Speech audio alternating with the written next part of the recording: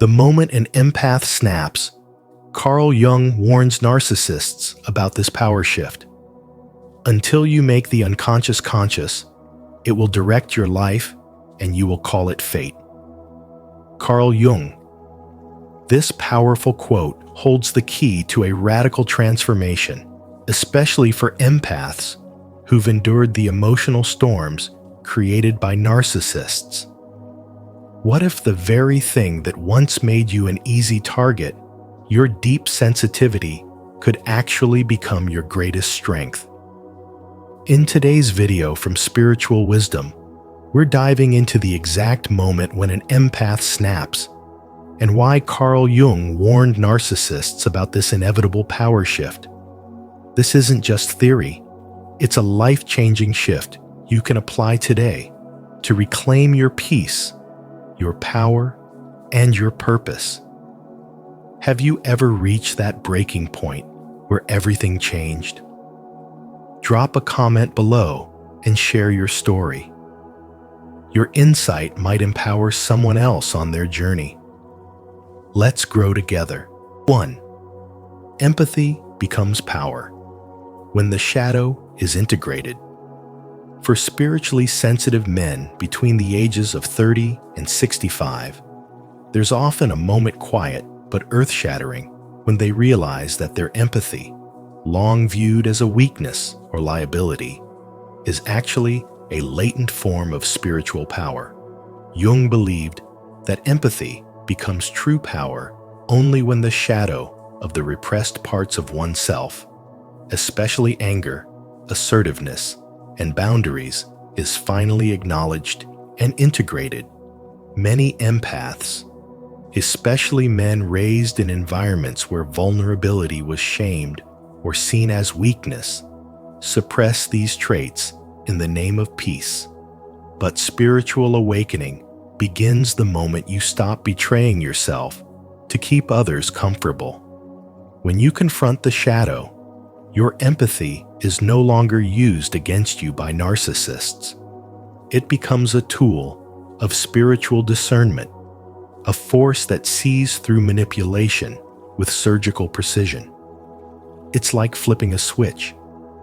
The man who once internalized guilt and confusion now radiates calm authority, not through domination, but through inner alignment.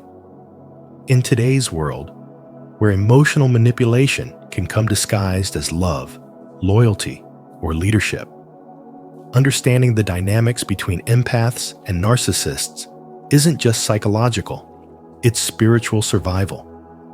The man who integrates his shadow is no longer easy prey. He's spiritually awake, grounded, and unfazed by the drama that once drained him. He doesn't seek revenge. He no longer needs validation.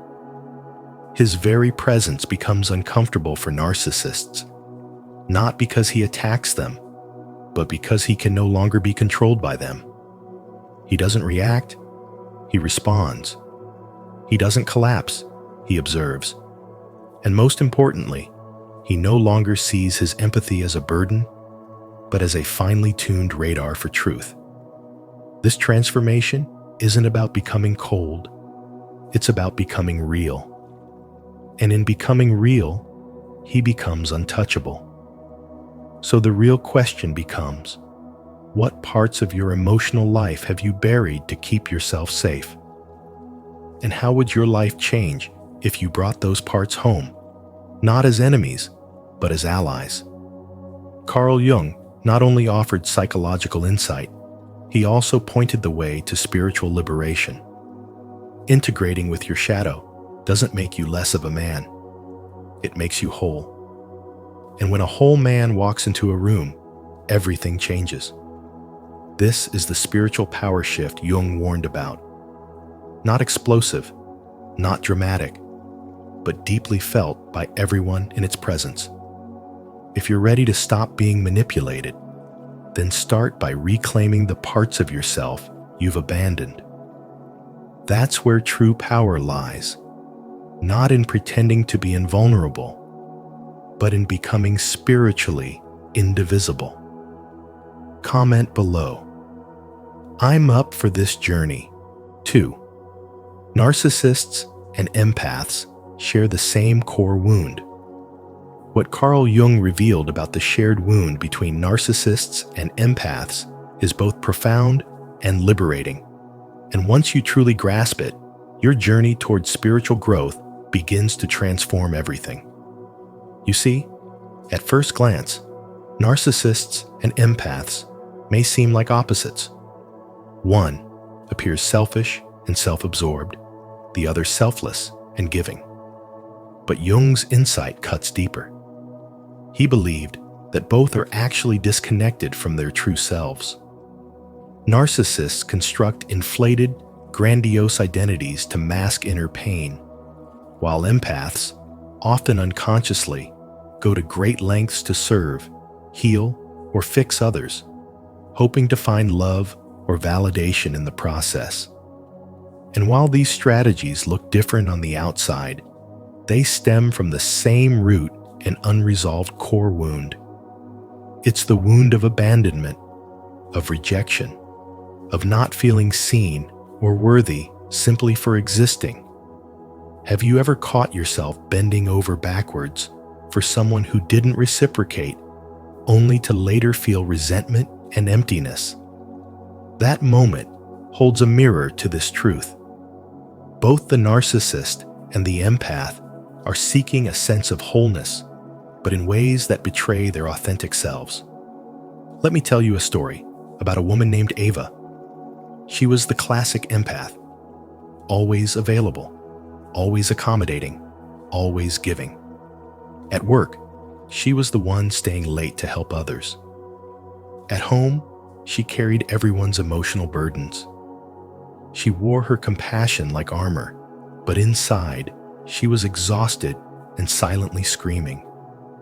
One day, after another painful relationship with someone who emotionally manipulated her, she snapped not with anger, but with awakening. She started asking herself, why do I feel responsible for everyone else's feelings? Who taught me that love means self-sacrifice? And that moment, that question, marked the beginning of her spiritual awakening. She realized that her empathy had become a survival mechanism, a beautiful gift turned into a shield. And as she began healing her own wound, she no longer attracted narcissists. Why? Because she stopped playing the role they needed. She didn't become bitter or cold. She became real. Just like Jung said, until you make the unconscious conscious, it will direct your life, and you will call it fate. So let me ask you, where in your life have you mistaken people-pleasing for love? Where have you hidden your true self just to avoid rejection?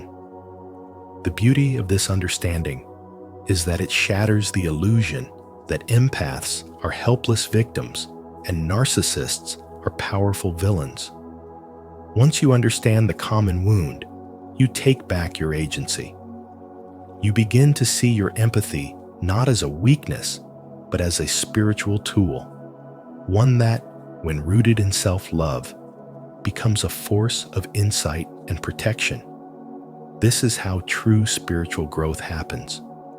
You stop trying to rescue others and start rescuing the parts of yourself that you have long abandoned.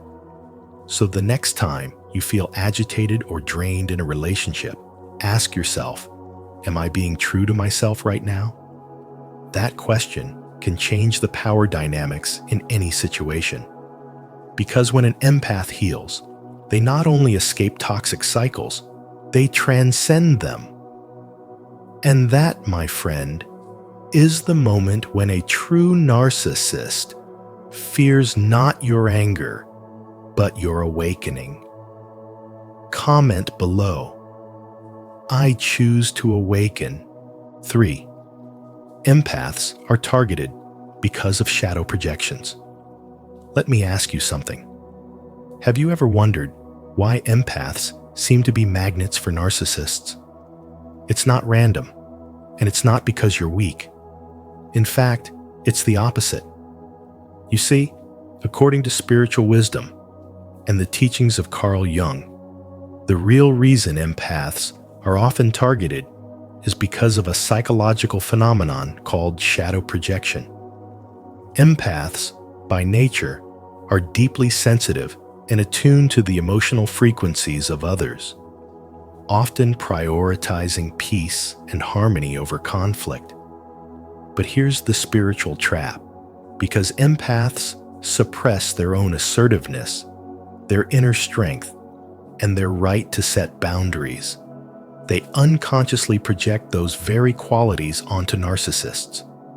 The narcissist, in turn, appears powerful, confident, and self-assured, all the things the empath believes they lack but secretly possess. Carl Jung once said, "Until you make the unconscious conscious, it will direct your life and you will call it fate." This couldn't be truer when it comes to the empath-narcissist dynamic. Empaths aren't just victims. They're unconsciously drawn to narcissists because they sense, at a deep level, something missing in themselves. But that something isn't missing. It's just buried. It's repressed. It's sitting quietly in the shadow, waiting to be claimed. And here's where the real power shift happens. The moment an empath awakens and reclaims those disowned traits, their strength, their voice, their truth, the narcissist's hold begins to crack. The spiritual wisdom here is that your healing doesn't begin when the narcissist changes. It begins when you stop outsourcing your power and start owning every part of who you are, even the parts you've been taught to hide. Let's break this down even further. Think about this. Why do narcissists trigger empaths so deeply? Is it because of what the narcissist does, or because of what the empath suppresses? Carl Jung's concept of the shadow teaches us that what we deny in ourselves, we end up seeing in others. So when an empath meets someone who is unapologetically bold, demanding, and self-centered, it stirs something uncomfortable within them, not just disgust, but also envy and curiosity. That discomfort is the shadow knocking. The narcissist becomes a mirror, reflecting back to the empath not just toxicity, but also their hidden potential. Isn't it ironic that the very people who try to dominate you actually end up being the ones who reveal your deepest source of power? And once that realization sinks in, everything changes. The empath stops walking on eggshells. They speak up.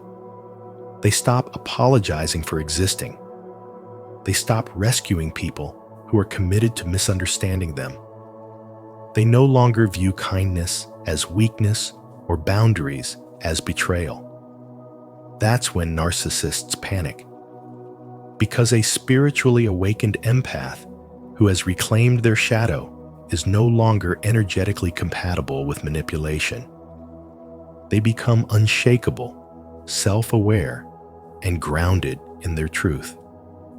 And let me tell you, there is nothing more terrifying to a narcissist than someone who sees through their game and refuses to play along.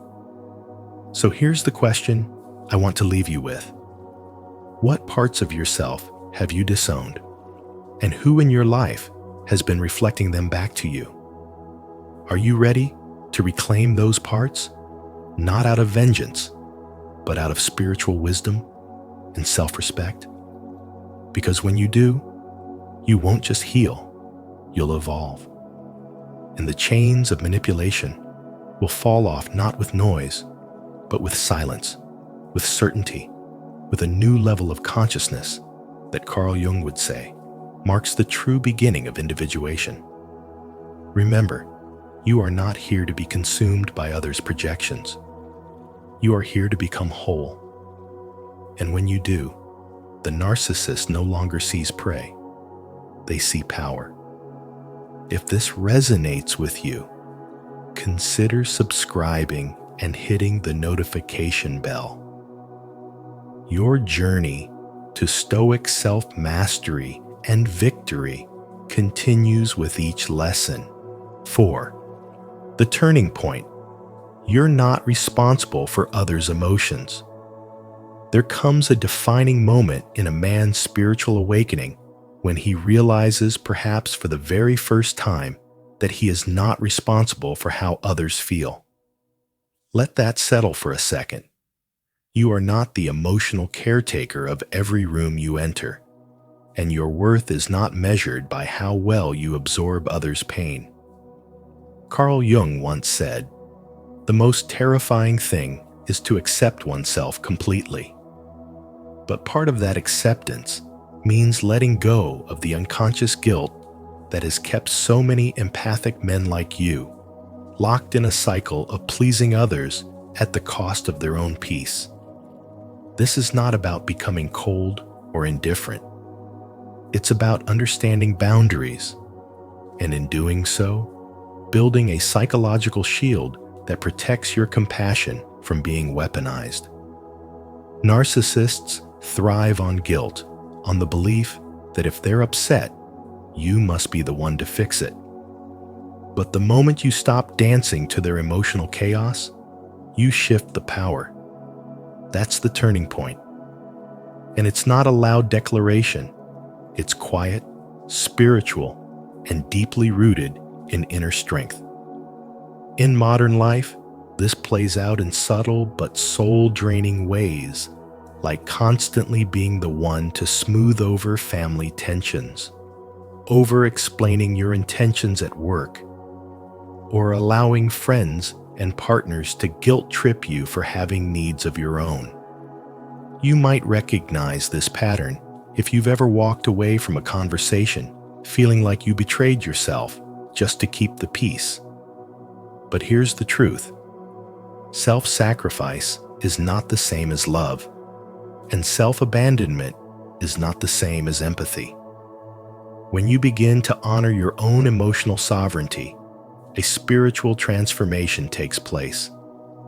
You begin to see manipulation for what it is, an attempt to control your light because someone else hasn't cultivated their own. The more you reclaim your center, the less reactive you become to guilt, blame, and emotional projection. This is not arrogance, it's maturity. You can still be kind, generous, and spiritually grounded, but now it comes from a place of choice, not obligation. That's what true power feels like. So let me ask you this. How many times have you taken responsibility for someone else's emotional storm, thinking it was your job to calm it down? And how much of your life have you spent putting out fires you didn't start? The moment you realize you're not the emotional gatekeeper to someone else's dysfunction, you awaken something fierce and immutable inside. That's when the narcissist's game falls apart, because it only works on people who believe they are the problem. Don't fall for it. This isn't just psychological growth. It's spiritual growth. It's the awakening of a man who no longer confuses empathy with self-effacement. And from that moment on, your compassion becomes a sword, not a chain. It is the shift that Carl Jung warned us about, the moment when empaths stop being prey and start becoming sovereign. Comment below. I am starting to become sovereign. 5. Carl Jung's shadow integration techniques empower empaths. For empaths, this truth hits especially hard. You've likely spent your life feeling everything so deeply, absorbing the emotions of others like a sponge, often mistaking their pain for your purpose. But what happens when the empath finally sees the truth? What happens when you realize that what you've been calling compassion was often self-abandonment disguised as love? This is where Jung's powerful shadow integration techniques come in, not as abstract theories, but as tools for real spiritual growth. Let's talk about them in plain language. The mirror technique means looking at the people who trigger you the most and asking, what part of myself am I seeing in them? That frustrating coworker, that manipulative partner, they might be reflecting a disowned part of you back to yourself. Then there's withdrawing projections, which is about no longer blaming others for what you've refused to face in yourself. You take your power back, not by pointing fingers, but by asking better questions like, why did I allow that behavior? Or, what part of me still needed validation from someone who couldn't give it? That's where the sacred no becomes a spiritual weapon, not a selfish act. It's the moment when you realize you don't have to explain your boundaries to people who were never going to honor them anyway. And emotional Aikido. Oh, that's a beautiful one. It's the art of energetically stepping aside, redirecting the chaos someone throws at you, and keeping your center intact. You don't have to fight every storm when you remember you are the sky. Now let me ask you something.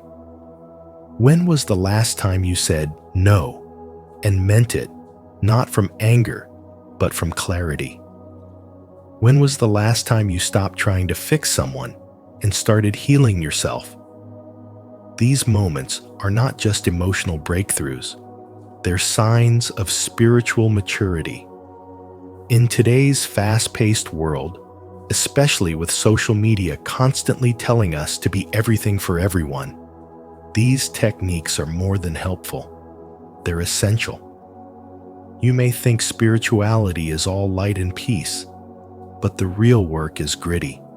It's owning your darkness, integrating your shadow, and walking away from people who only love the parts of you that don't ask for anything. So here's a story. I once knew a man who spent over 10 years trying to rescue a narcissistic partner. Every time she blamed him, lied to him, or confused him, he thought, if I only love her more, she will change. It wasn't until he discovered Jung's mirroring that he realized she was mirroring his own childhood wounds, his fear of abandonment, his longing for approval. Then he stopped being cold.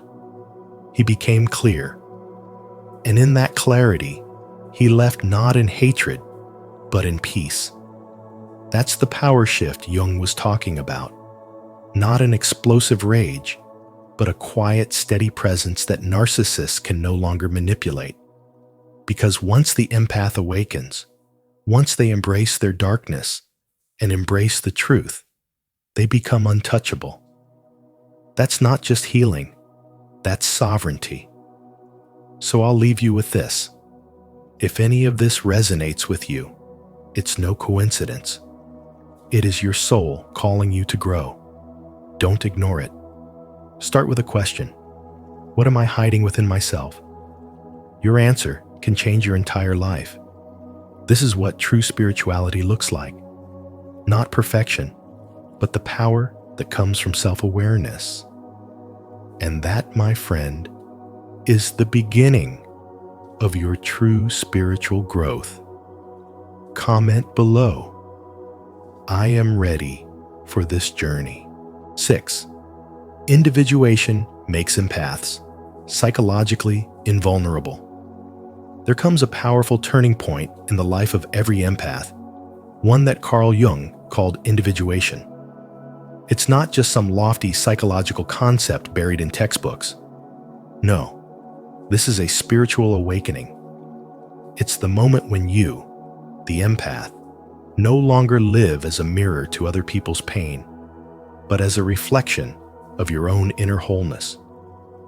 Through the deep and often uncomfortable process of shadow work, where you face the darker parts of yourself that you've repressed or denied, you begin to reclaim your fragmented self.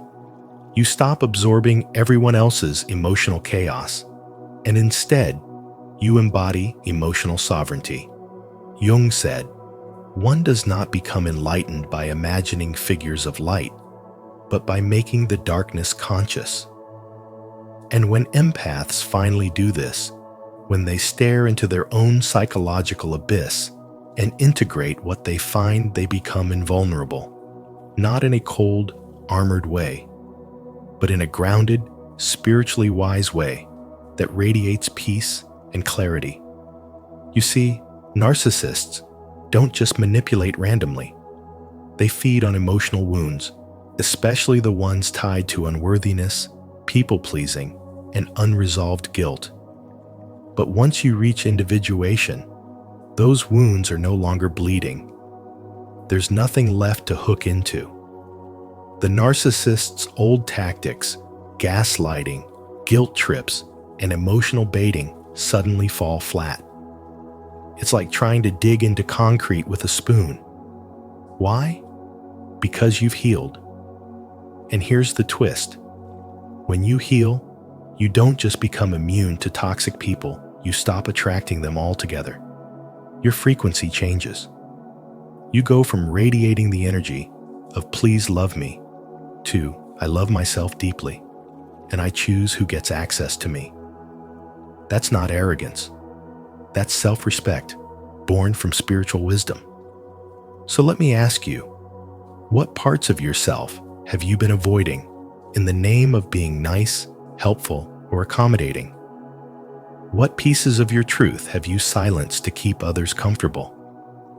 And more importantly, what would happen if you stopped doing that? Would you finally become the person you were always meant to be? Not just a kind soul, but a powerful one? Jung believed that individuation is the path to becoming your true self, not the persona you wear for acceptance, but the deep, authentic being beneath the surface. And when you reach that place, narcissists don't just fear you, they can't even see you anymore. You've risen to a level where their drama simply can't survive. Your energy no longer feeds their ego. You've become, in essence, spiritually untouchable. So if you're an empath, know this. You were never meant to stay broken, drained, or endlessly forgiving. You were meant to awaken. And when you do, when you finally stop trying to fix others and start integrating yourself, you don't lose your empathy. You refine it. You reclaim it. And that's when everything shifts. You're no longer the one who bends. You're the one who stands. And silently, powerfully, you teach others how to rise too. If this resonates with you, consider subscribing and hitting the notification bell. Your journey to stoic self-mastery and victory continues with each lesson. 7. Integrated empaths. Trigger supply confusion in narcissists. Narcissists thrive on reaction. Their entire ego structure feeds off what psychology calls narcissistic supply, the emotional upheaval they trigger in others to feel in control, superior, and relevant. But something incredible happens when an empath, after years of emotional exhaustion, finally becomes spiritually integrated. That means no longer absorbing everyone's pain, no longer explaining themselves, and no longer chasing peace in all the wrong places. Instead of reacting with confusion, tears, or anger, the empath responds with silence, with stillness, with spiritual clarity. This throws the narcissist into what we call supply confusion, a psychological void where their manipulative tactics like gaslighting, guilt tripping, and emotional baiting suddenly fall flat. It's not because the empath has become cold or cruel, but because they've awakened. Through deep spiritual awakening, the empath has started choosing peace over people-pleasing, boundaries over chaos, and awareness over emotional reactivity. This internal shift, this newfound calm and detachment, renders the narcissist powerless because they can no longer access the empath's emotional dashboard. The narcissist senses something's changed, but can't quite name it because this transformation isn't visible, it's energetic. The empath becomes psychologically invisible to their predatory instincts, much like turning off a frequency they were once tuned into. And in that moment, a role reversal begins. The narcissist, who once dominated the emotional terrain, is now left unsettled, confused, and even frightened not of the empath's aggression, but of their serenity. You see, serenity is a spiritual power that disrupts dysfunction. So let me ask you directly, have you ever experienced the peace that comes from no longer needing to explain yourself? Have you ever watched someone become unguarded not by your words, but by your absence? That's the power Jung was referring to when he talked about individuation, the sacred process of becoming whole. This is more than just emotional power, it's spiritual power. And in today's world, where manipulation is hidden behind seduction and control disguised as love, this kind of awakening is not only helpful, it's essential. So to all the men listening, if you're feeling drained, confused, or doubting your own reality around toxic dynamics, know that your peace is your greatest defense. Your boundaries are sacred. And when you become integrated, you are no longer just surviving emotional turmoil, you are rewriting the rules of relationship. That is not a weakness. That is spiritual power in its highest masculine form. And it is time we talked about it. Comment below.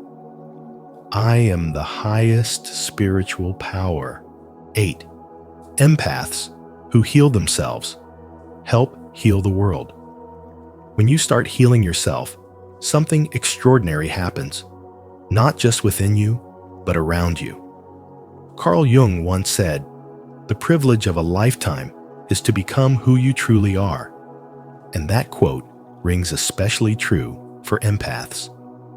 You, as an empath, carry a deep sensitivity that connects you to the emotional undercurrents of the world, often feeling the pain of others as if it were your own. But what if I told you that your healing journey doesn't just belong to you? Jung believed that when an individual undergoes personal transformation, it ripples through the collective unconscious, a shared layer of the human psyche that binds us all. So, when you finally confront your inner wounds, your unprocessed grief, your buried anger, your fear of rejection, you're not just healing yourself. You're dissolving the emotional knots of generations. That's the spiritual power you carry.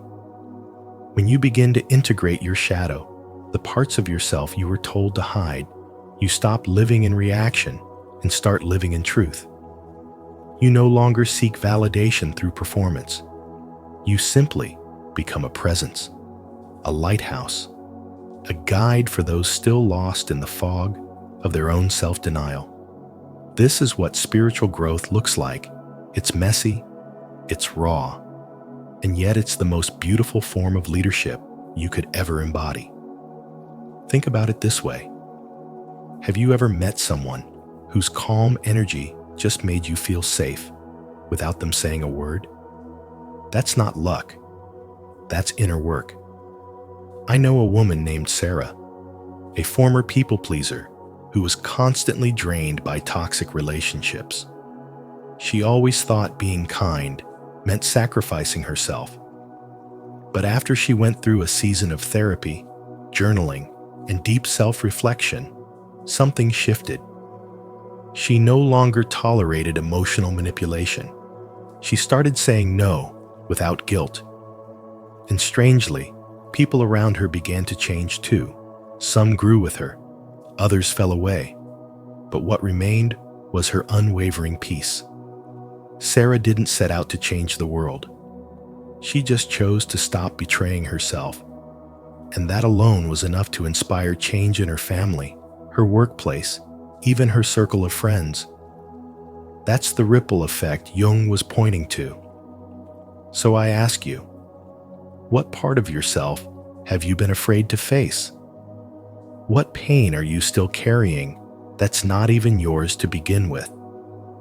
The moment you dare to look at it with compassion instead of shame, you begin the sacred process of transmutation, turning your wounds into wisdom. In today's chaotic world, the real revolution isn't loud or violent. It's spiritual. It begins in the quiet, tender choice to come home to yourself.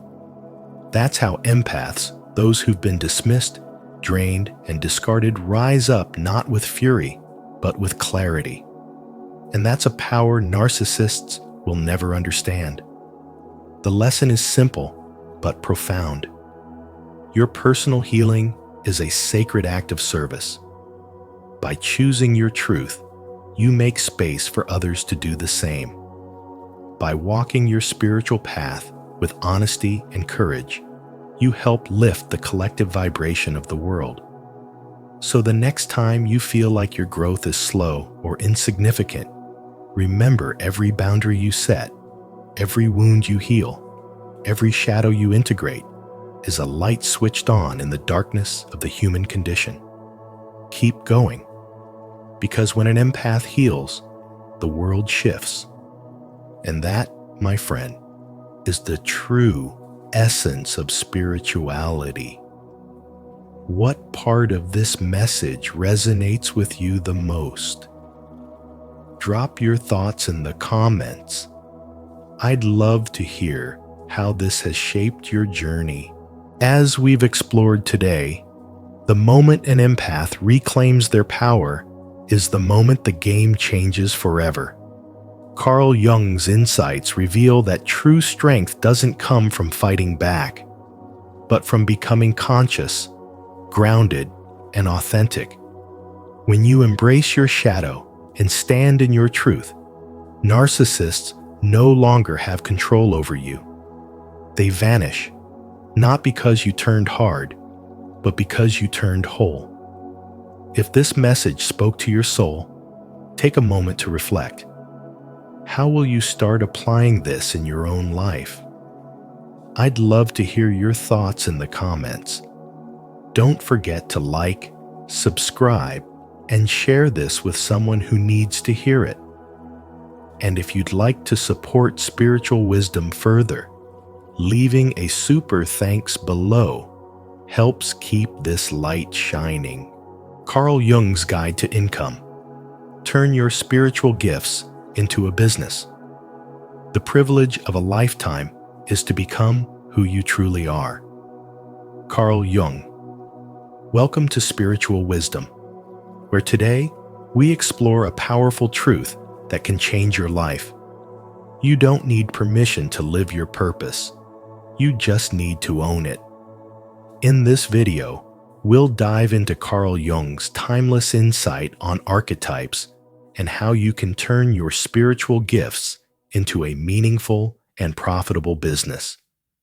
This isn't about credentials or certificates. It's about presence, authenticity, and inner authority. Are you ready to embody your truth and let your gifts speak louder than any degree ever could?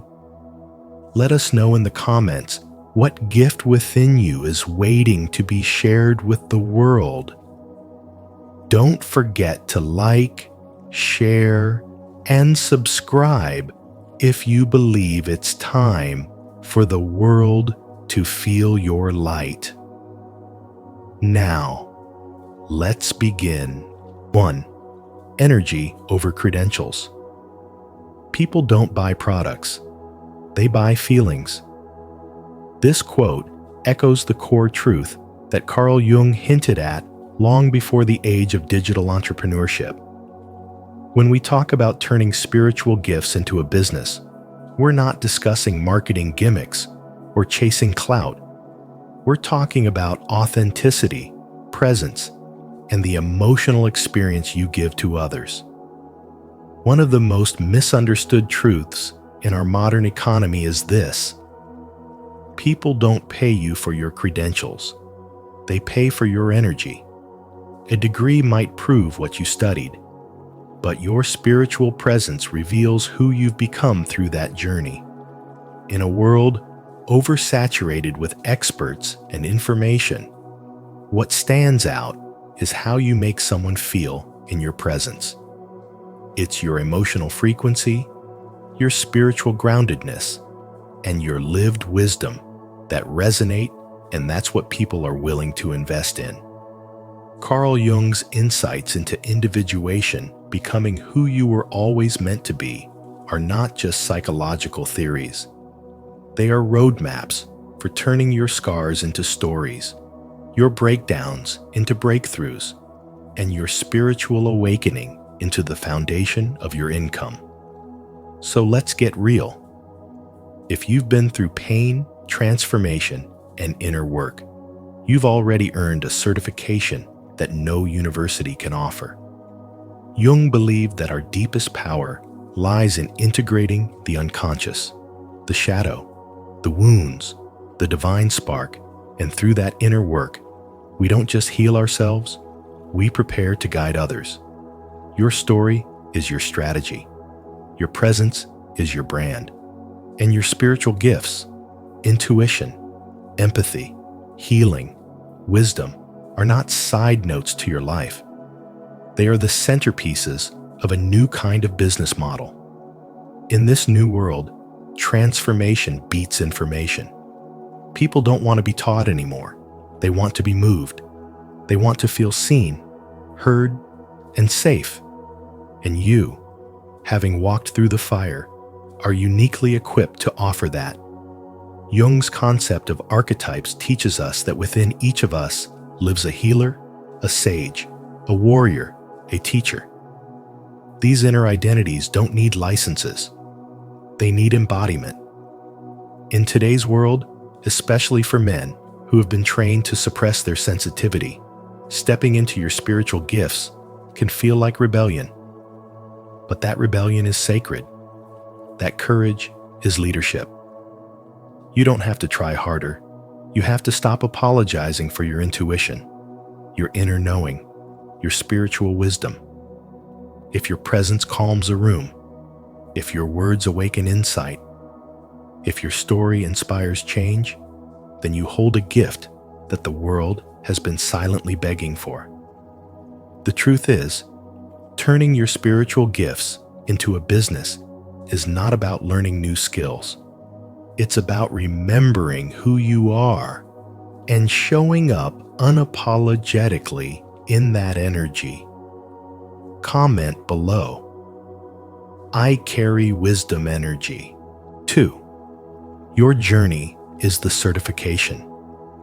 What if I told you that the most powerful credential you'll ever carry isn't a degree on the wall or a certificate in your drawer, but your life itself? Your struggles, your healing, your spiritual growth. This journey you've walked through pain, darkness, and rebirth is the living proof that you're meant to lead others through their own transformation. This is what Carl Jung called individuation, the process of becoming your true self, whole and undivided. And when you show up in the world, not as a polished product, but as a real human who has felt the depths and risen from them, you naturally become someone people trust. Let me tell you about Marcus, a man in his early 40s who once battled deep anxiety and burnout from a career that drained his soul.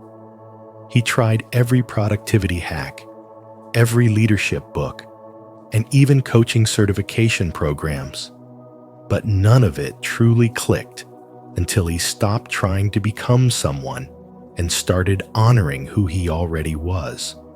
When he finally opened up about his breakdown and how he rebuilt his life through mindfulness, energy healing, and spiritual journaling, he started attracting clients not because he was the expert on paper, but because people could feel the truth in his voice. He wasn't reciting theory. He was living proof that healing is possible.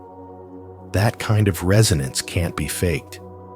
It's not about perfection, it's about presence. When your story is rooted in real transformation, your energy carries a different frequency, and people notice. They want to learn from someone who has walked the fire and come out with wisdom, not just someone who memorized steps from a textbook. And here's the spiritual truth.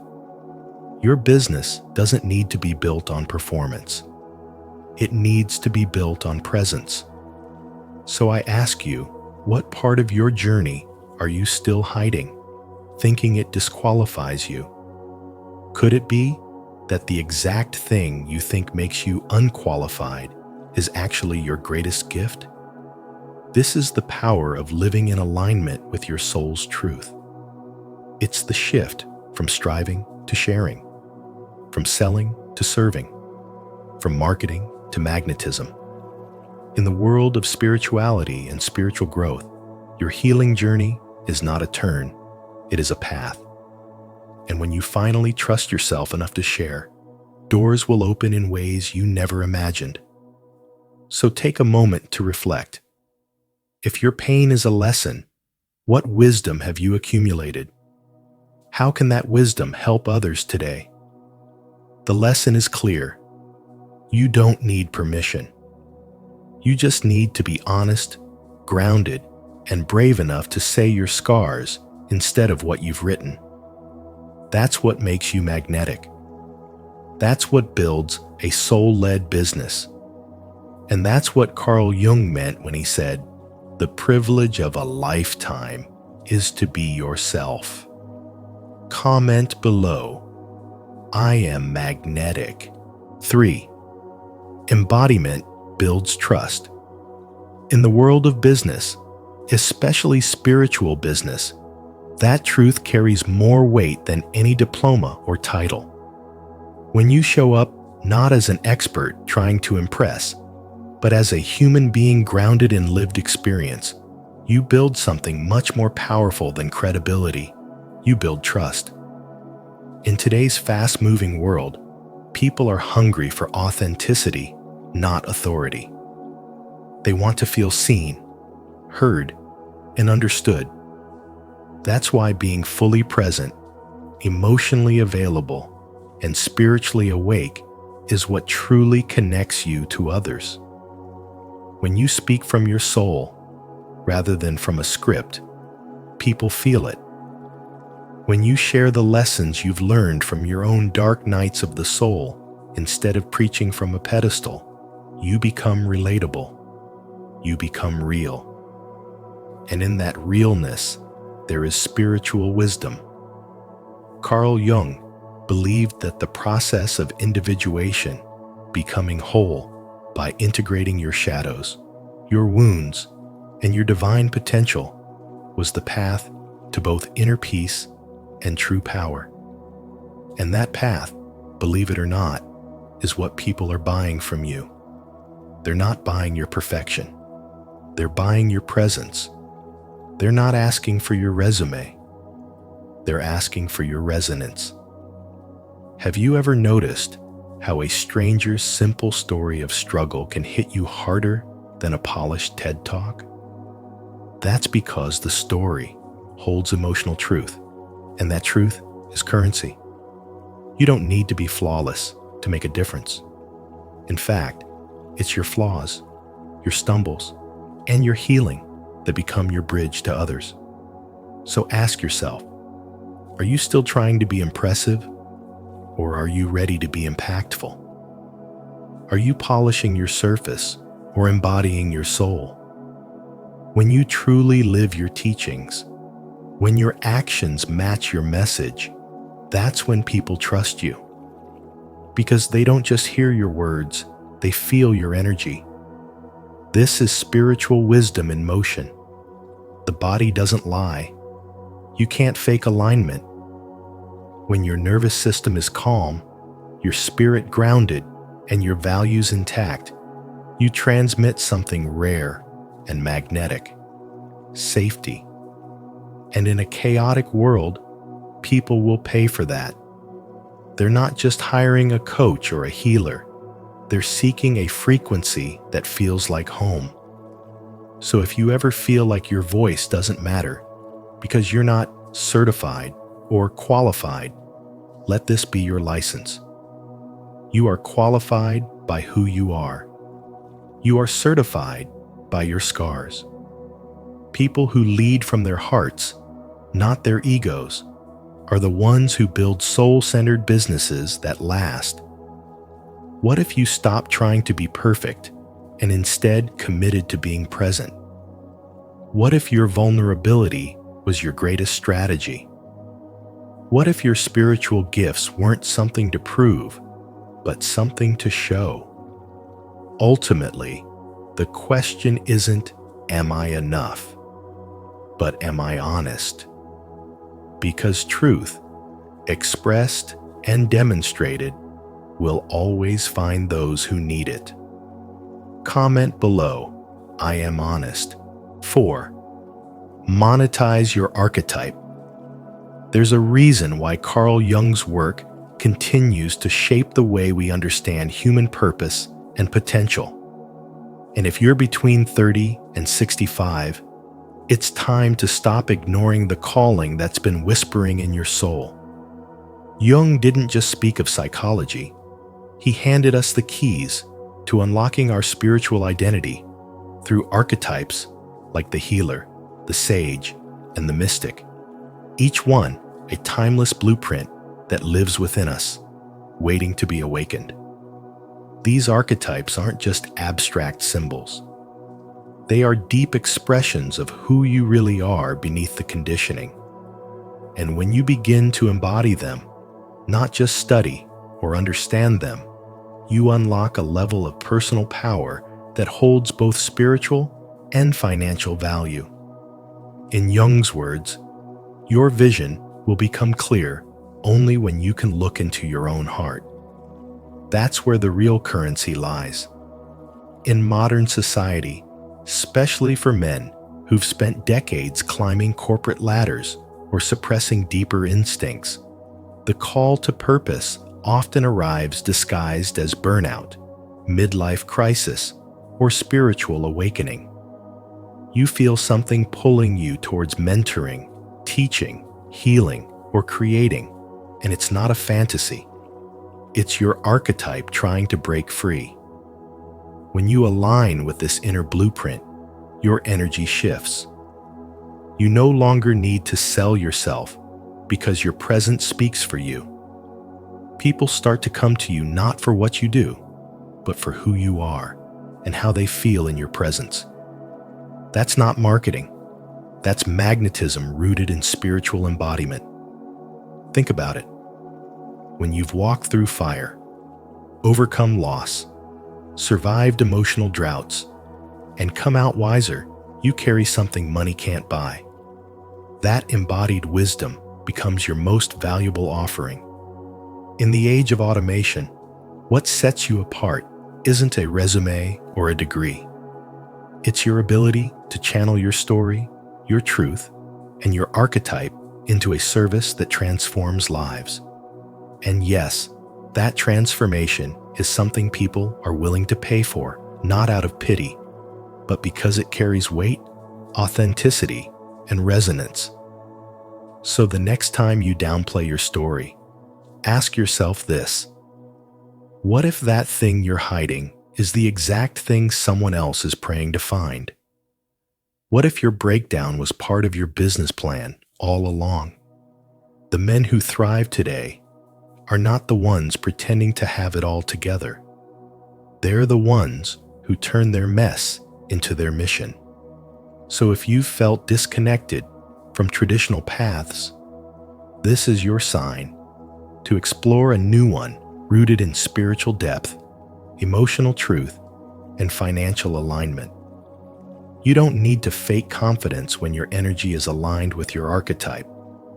You just need to show up in your truth. So let me ask you this: what archetype is trying to emerge in you? Are you listening? Because until you honor it, you'll always feel like something's missing. Jung taught us that wholeness, not perfection, is the goal of life. And in that wholeness lies your calling, and yes, your income. Start there. Let your spiritual awakening guide your business. The world doesn't need more performance. It needs presence. It needs you. If this resonates with you, consider subscribing and hitting the notification bell. 5. Believe in your value first. Before anyone else can see your worth, you have to be the first one to believe in it fully and unapologetically. Carl Jung understood that deep transformation begins within. And in the context of your income and purpose, that means anchoring your spiritual value in your own self-belief. You don't need 10 certificates or a fancy title to begin. You need conviction. Think about it. How many times have you walked into a room and instantly felt drawn to someone, not because they had a PhD, but because their presence spoke louder than their resume? That's not coincidence. That's energetic alignment. In spirituality and business alike, people don't invest in your background. They invest in how you make them feel, in the energy you transmit, in the truth you embody. Let me share a story. A friend of mine, David, left his corporate job after 20 years. He had no formal coaching degree, but he had wisdom from life. He had survived divorce, financial collapse, and depression, and used those experiences to help others rebuild. At first, he doubted himself, thinking, "Who's going to pay me?" But once he truly embodied his story and showed up with belief in his value, clients began showing up. Not because he marketed harder, but because he radiated trust, clarity, and groundedness. That's the secret no one teaches. Confidence is a spiritual practice, and it's contagious. So let me ask you this. Where in your life are you still waiting for permission to show up as the expert you already are? What would change if you decided today that your story, your scars, and your journey are enough? You see, spiritual growth isn't just about meditation and mantras. It's about embodying your worth in the real world, in your relationships, and yes, in your income. It's about understanding that you are the brand, the vessel, the transmission. When you begin to trust your value, the world mirrors that back. The deeper lesson here is simple. Your energy introduces you before you speak, and people feel whether or not you trust yourself. So, stop outsourcing your confidence, reclaim it, root into it, and let your spiritual essence speak louder than any credentials ever could. Because in the end, it's not your resume that transforms lives, it's your presence. Now ask yourself, are you ready to be seen? Not as someone who needs validation, but as someone who has already become the permission others are seeking. That shift in identity, that's where your true business begins. Drop your thoughts in the comments. I'd love to hear how this has shaped your journey. 6. Shift the spiritual money mindset. Let's talk about something that might make you uncomfortable at first.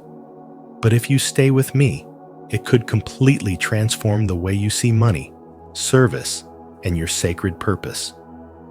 Here's the truth. Being paid for your spiritual gifts is not only acceptable, it's sacred. So many people have been conditioned to believe that if you are a spiritual person, you must reject material wealth, that charging for your healing work or intuitive gifts somehow diminishes their purity. But where did that belief come from? And more importantly, who does it serve? Carl Jung once said, "The privilege of a lifetime is to become who you truly are." And that includes embracing your full power, spiritual, emotional, and yes, even financial. You see, rejecting money because you're on a spiritual path is like saying the sun shouldn't shine too brightly. But your light was never meant to be dimmed. It was meant to support you, sustain you, and serve others in the process. The discomfort you feel about charging for your gifts isn't a moral compass. It's often inherited guilt, unhealed patterns, or cultural shame wrapped in false humility. What if I told you that money is simply an energetic exchange, a recognition of value, of transformation, of alignment? What if the more spiritually aligned you are, the more you should be receiving, not less? Spiritual wisdom teaches us that abundance is our birthright, not a reward for suffering. It's time to shift the story. You are not selling your soul, you are sharing your soul. You are not taking advantage, you are creating an impact. And the impact you make deserves to be nourished, sustained, and supported. When you heal someone's heart, guide someone back to their truth, or help them reconnect with their soul that's priceless. And yet, it's okay to set a price. Why? Because the energy you pour into your work, the lifetimes of experience, the pain you transmuted, the lessons you've embodied are valuable. Carl Jung's teachings on individuation show us that the journey of becoming our true selves is not just a personal path, it's a service to the collective. So why would that not be worth honoring with value? Let me ask you this. If the universe is infinite, why does your income need to be limited? Why do we celebrate exhaustion but question spiritual abundance?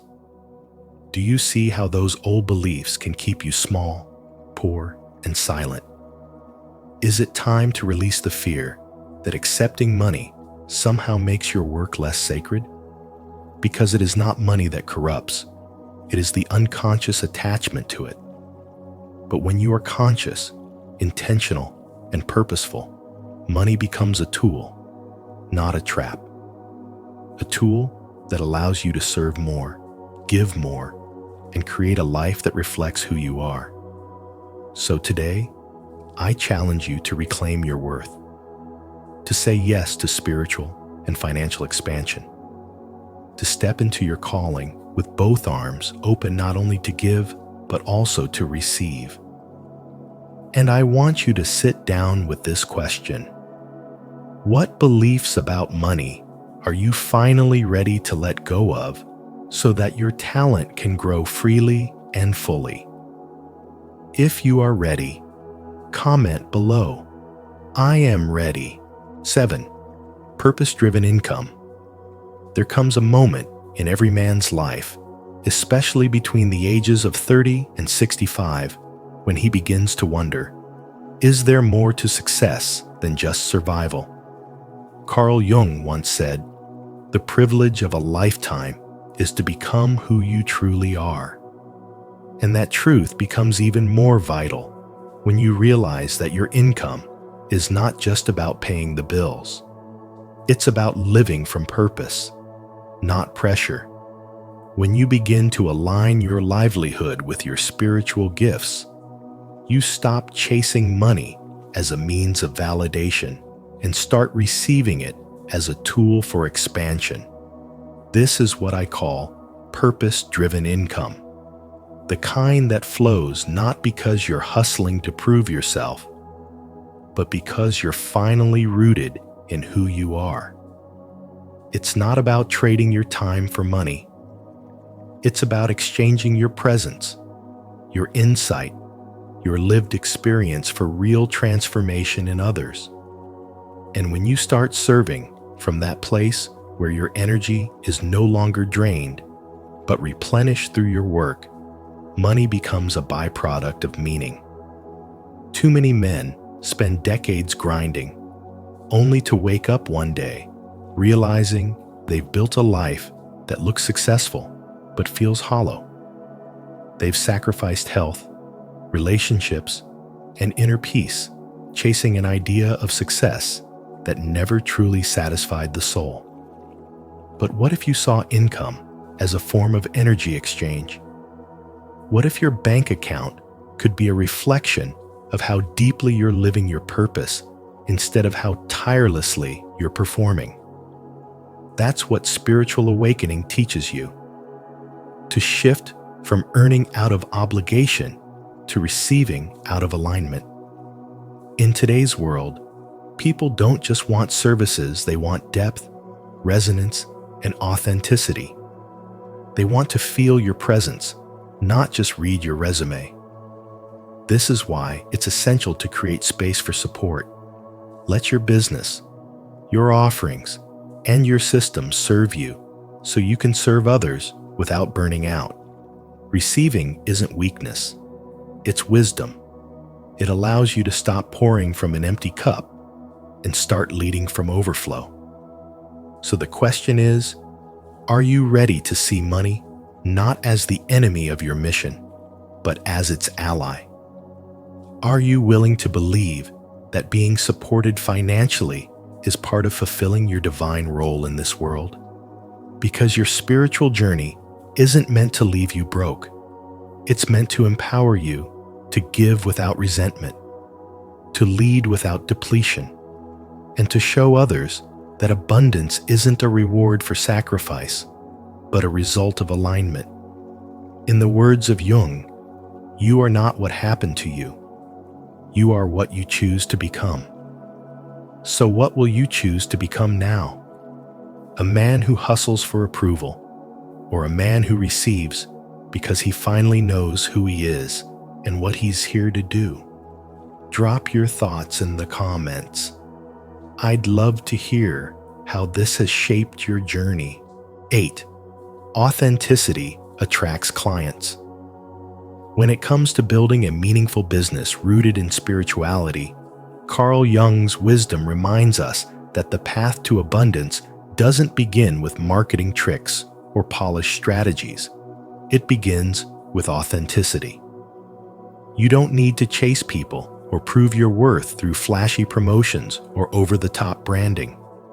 What you truly need is to live your truth so unapologetically, so powerfully aligned with your inner self, that the right people naturally feel drawn to you.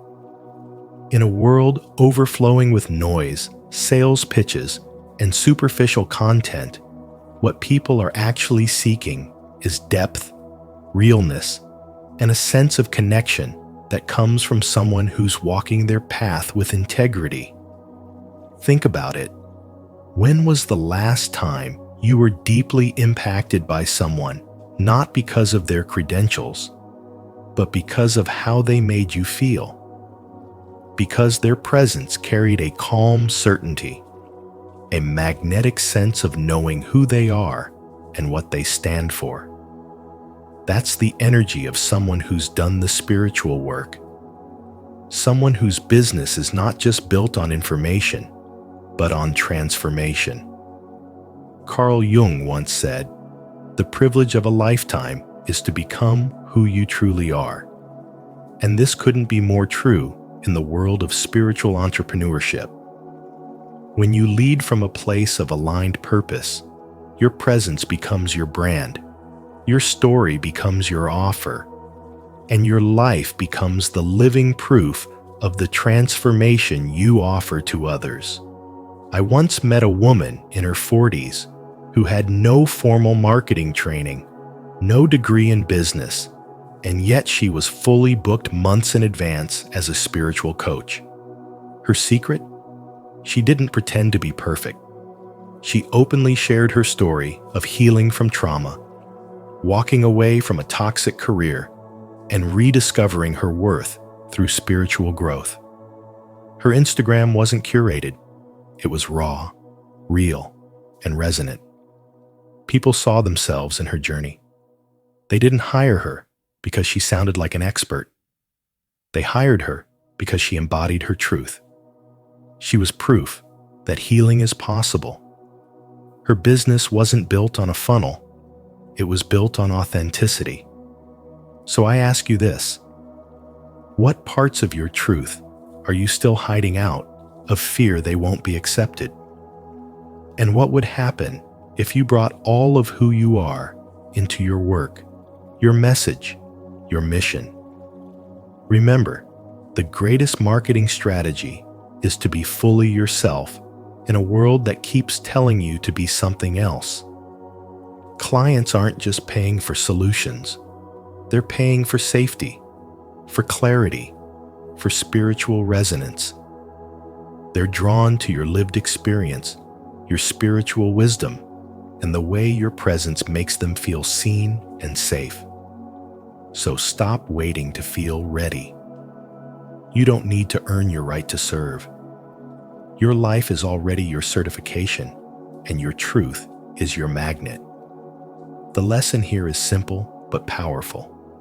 When you prioritize authenticity over approval, alignment over strategy, and spiritual growth over performance, you naturally begin to attract those who are meant to walk this path with you.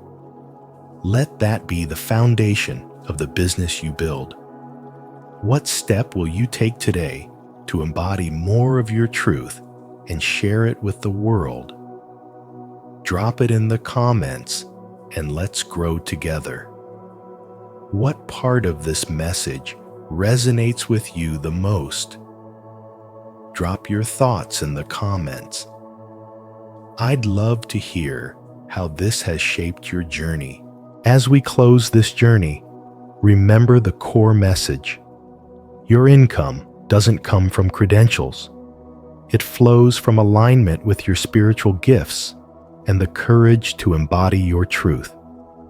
You don't need to chase approval or fit into anyone's mold.